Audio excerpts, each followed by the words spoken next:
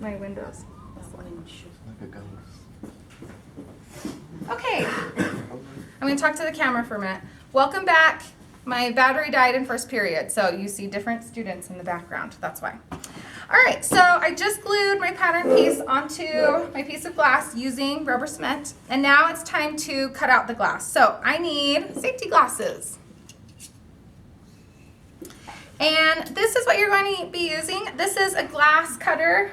It actually doesn't cut the glass, it scores the glass. It scores it, leaving a little like scratch line using this little wheel right here, okay? So I'm going to score the glass as close as I can to my piece in straight edges.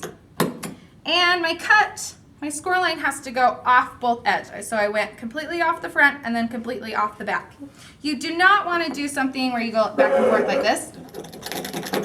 Okay, that's actually not going to help you cut your piece. It's going to make your piece break worse. Okay, so you just want one good, you do have to press kind of hard so you get a scratch in the glass, but you just want one good line. All right, now I'm going to snap it off using the breaking pliers. So does everyone see how these breaking pliers have a curved end and a flat side? I'm going to show. All right, so the flat side always goes up, okay? And it seems like it wouldn't matter, but it makes a huge difference. It really will not work if you have the curved side up, okay? So flat side up. I'm going to put my piece along the edge of the table with my score line going along the edge. I'm going to hold it here with my palm. Then I'm going to put my breaking pliers as close as I can to the score line, and then I'm just going to pull down. Okay, I didn't have to pull very hard, and it broke glass off.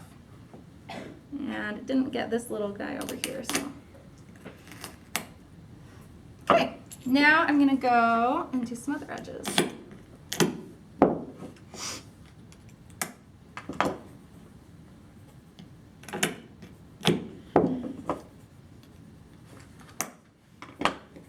Okay, and I'm getting as close as I can, just breaking off little pieces at a time using straight lines.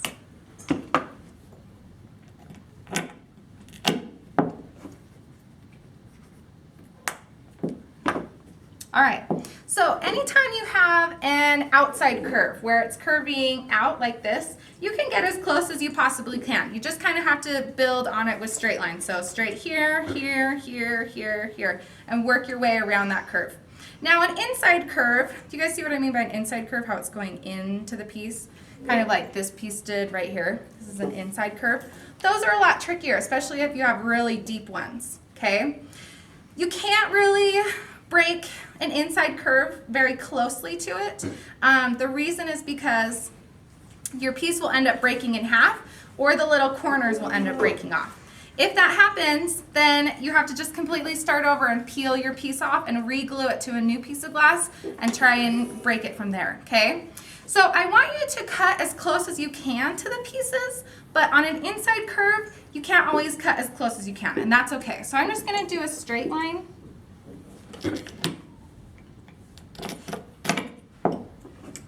I guess it was kind of curved. Okay, and maybe I'll take off this little corner here. But anytime you have really delicate corners, like if you're doing a star, those little corners, they just like to break off. So you gotta be really careful when you're working around those corners. Okay, that's about as close as I'll get to the inside curve. Okay, I could try it one more time, it might work, but it might just snap my piece in half, okay? Other than that, other than inside curves, I want you to get as close as possible to the glass as you possibly can. A lot of students, they get lazy with the cutting, or they don't feel like they're very good at the cutting, and they think, well, I'll just not cut it very close and then grind all that glass off. Well, that's not a good idea because one, our grinders, they wear down really fast, especially if people are just not cutting their pieces and grinding forever. They wear down and then they get dull, okay? So they don't grind that well because I don't change them very often because they're very expensive. One of those grinder heads is like $30, okay? So cut your pieces as close as you can. If you're having a hard time and your pieces just keep breaking, let me know and I can help you, okay? Sometimes you may have a very delicate piece with like a really intricate curve or something like that. I do have this saw right here. It's not working right now. I need to get a belt for it. But I do have the saw that I can cut out a piece or two for you. I will not cut out all your pieces, but I will do a piece or two, okay? All right, when you have your piece cut out as close as you can to the pattern piece, now you're ready to grind.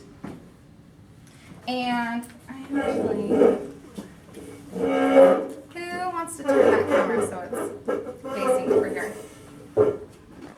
Okay, is it a good shot, Mikkel? Okay. All right, so on the grinders, you always want to check and make sure that there's water filled up in this well. See how there's no water and lots of dust? That's bad, that's ruining the grinder. So, all that dust right there, someone used it without water. That's really not good.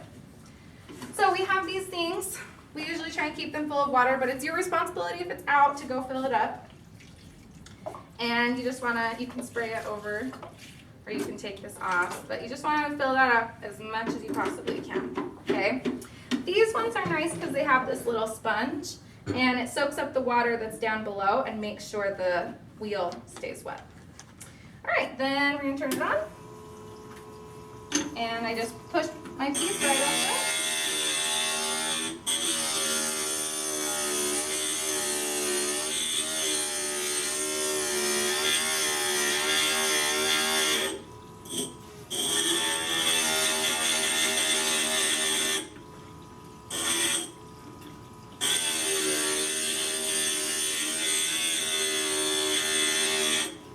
All right, so I'm not gonna do the whole piece, but you get the idea. So what it's doing is it's just smoothing out all those rough edges that were created when I broke the glass, okay?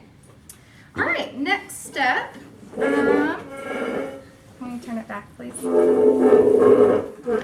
Thank you. You guys are so great. And I wore those safety glasses the whole time. All right, turn it a little more. That good? Okay, so now, okay, what step have we written down? I'm on 5. I drew 4 as grinding. 4, grinding. Okay, so you can write step number 4, grind. There's not really much else to say. Make sure the grinder has water in it.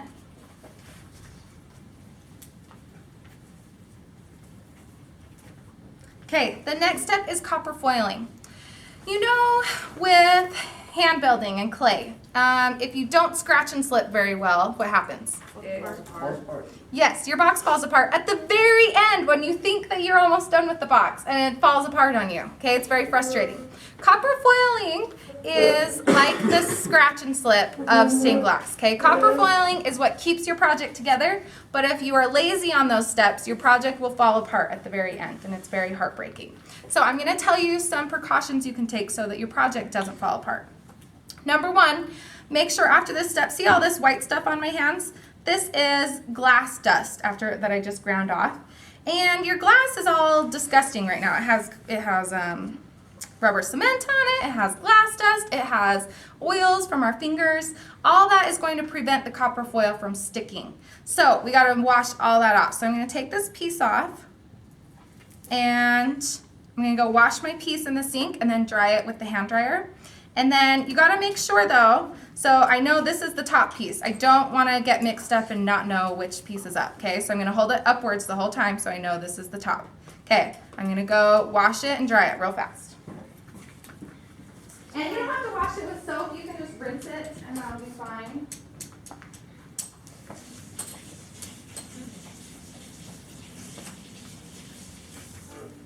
Okay, and then I'm gonna dry it.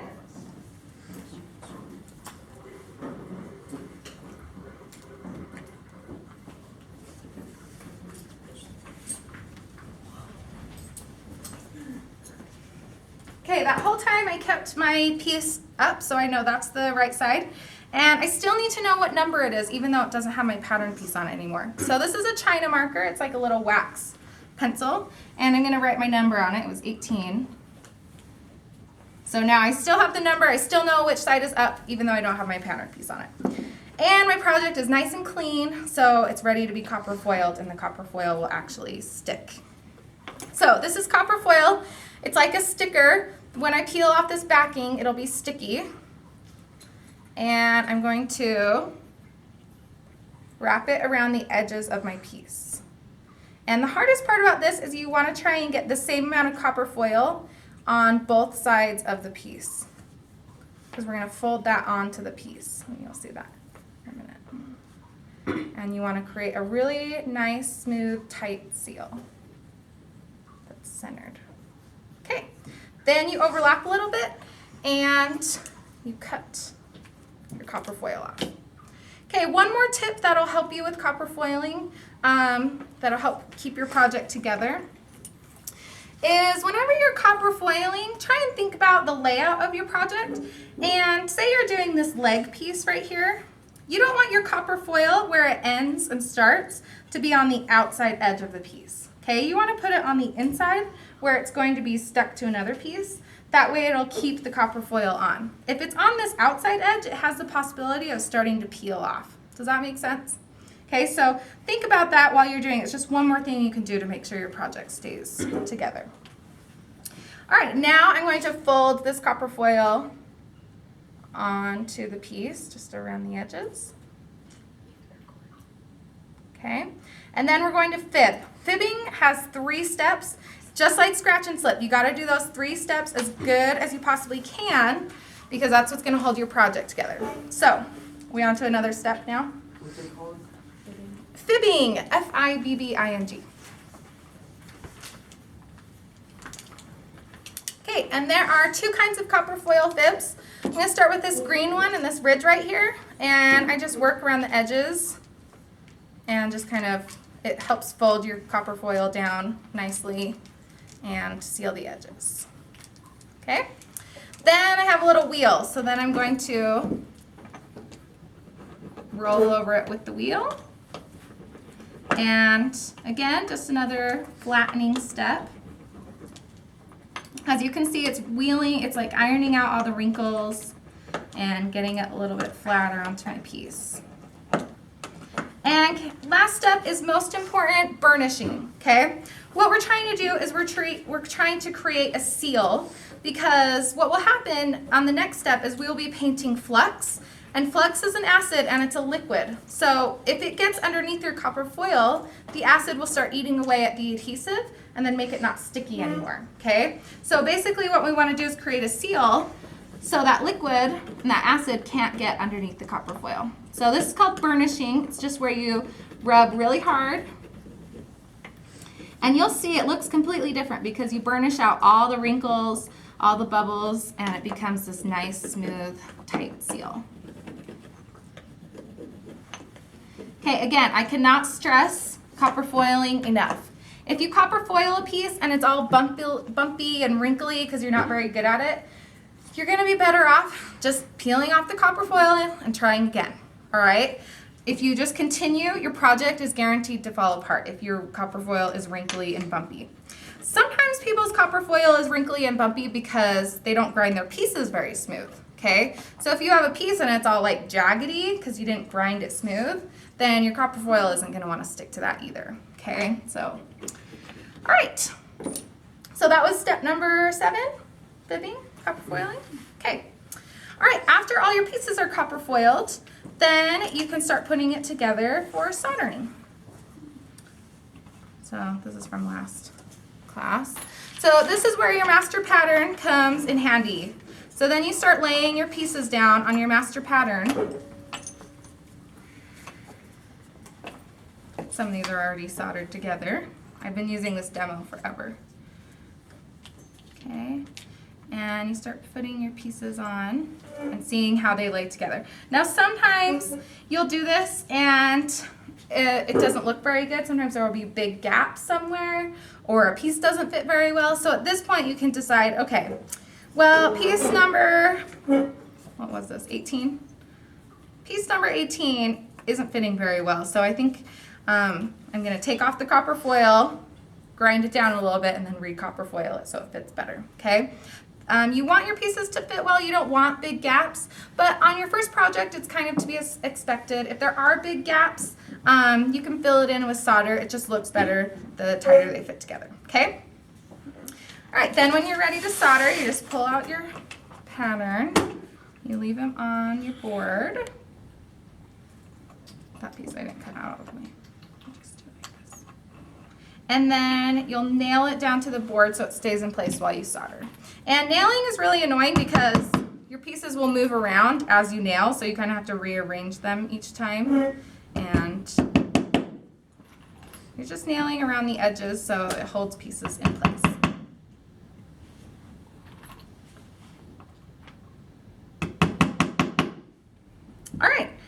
I'm ready to solder. So I'm going to put on glasses because I'm going to go solder. I'm going to take this over to the soldering irons. And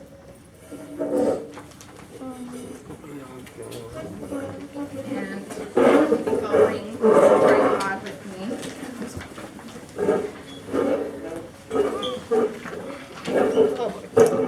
Sorry. I'm in this awkward spot.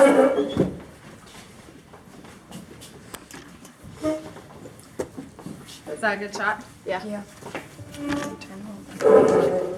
Okay, so soldering. These are the soldering irons. First thing you're going to do when you are ready to solder is turn it up to 8 or 80. It's not degrees, it's just the level on the temperature control. I don't actually know how many degrees it is. And it will take 5 to 10 minutes to start up, and sometimes they're finicky. They ruin themselves. We go through a lot of soldering irons because if you turn them up too hot or if you leave them on too long, so you guys, since there isn't a 3D art class after you, you got to be sure you turn these off at the end of class, okay? So if you leave them on too long or you get them too hot, they have the potential to melt inside, like there's 2 wires inside and they melt themselves together and then it's broken. So they're really kind of finicky. So you may want to turn on a couple just to see if one of them's not working, then you can use the other one, turn off the other one. Okay, while you're doing that, you go get this sponge wet, and this is how you tell when your soldering iron is heated up. Not by testing it with your finger. Okay, that one was working last period. Oh my gosh. Oh, the conveniency. I know. Okay. That was working last period. That's crazy. Okay, while we're waiting for that to heat up, so you got your sponge wet, and then you're going to paint your project with flux. Remember, this is the acid, so you want to be careful with it. You don't need a ton. You just need to cover your copper foil with flux. Okay, and you just want to paint the whole front side.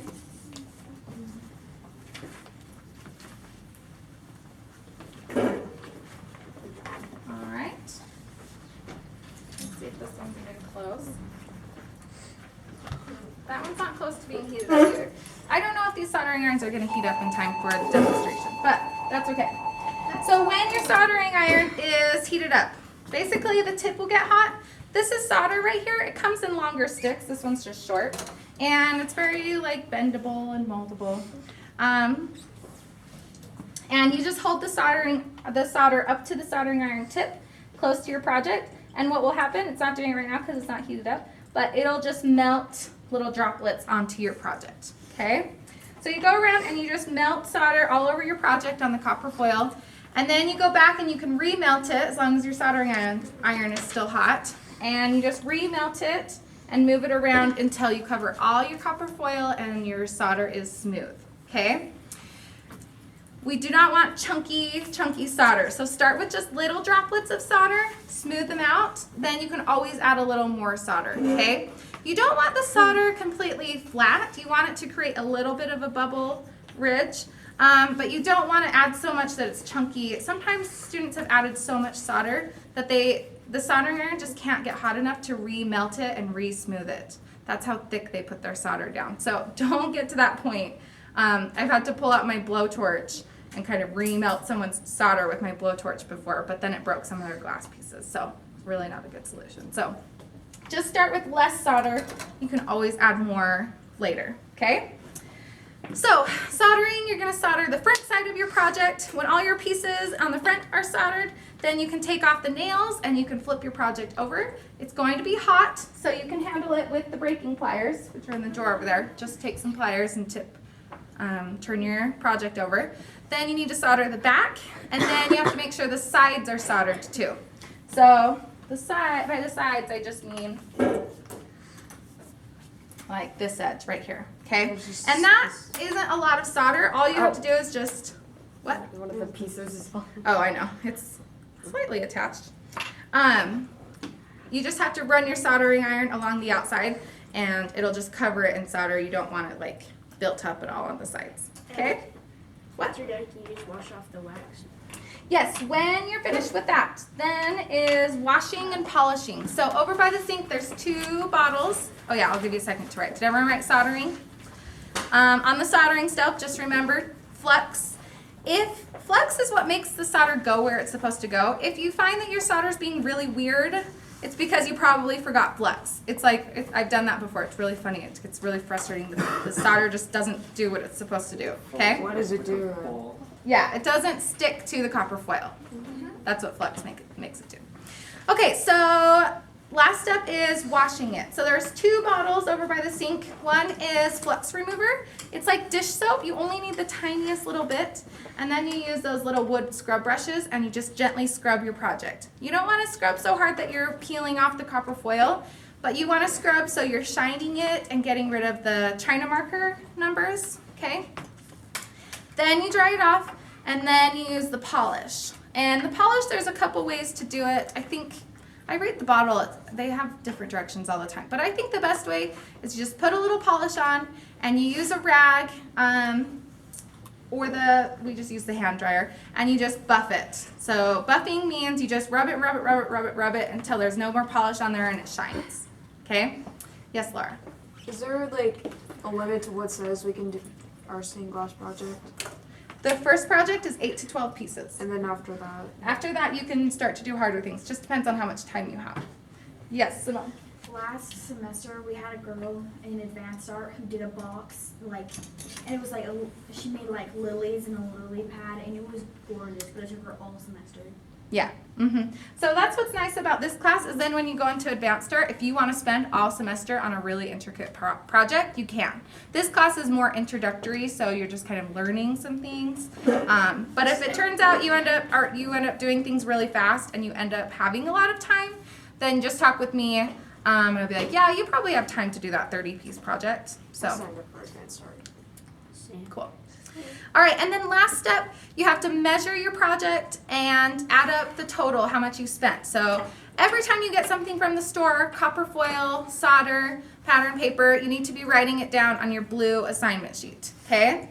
Then at the end, you'll measure your project for how much glass you used, and I'll show you that when we get to that part, but you do have to pay for the glass that you used too. And then you'll have a total, and then that'll go in your IOU book. So do you just like pay for the glass that's in like the bin right there?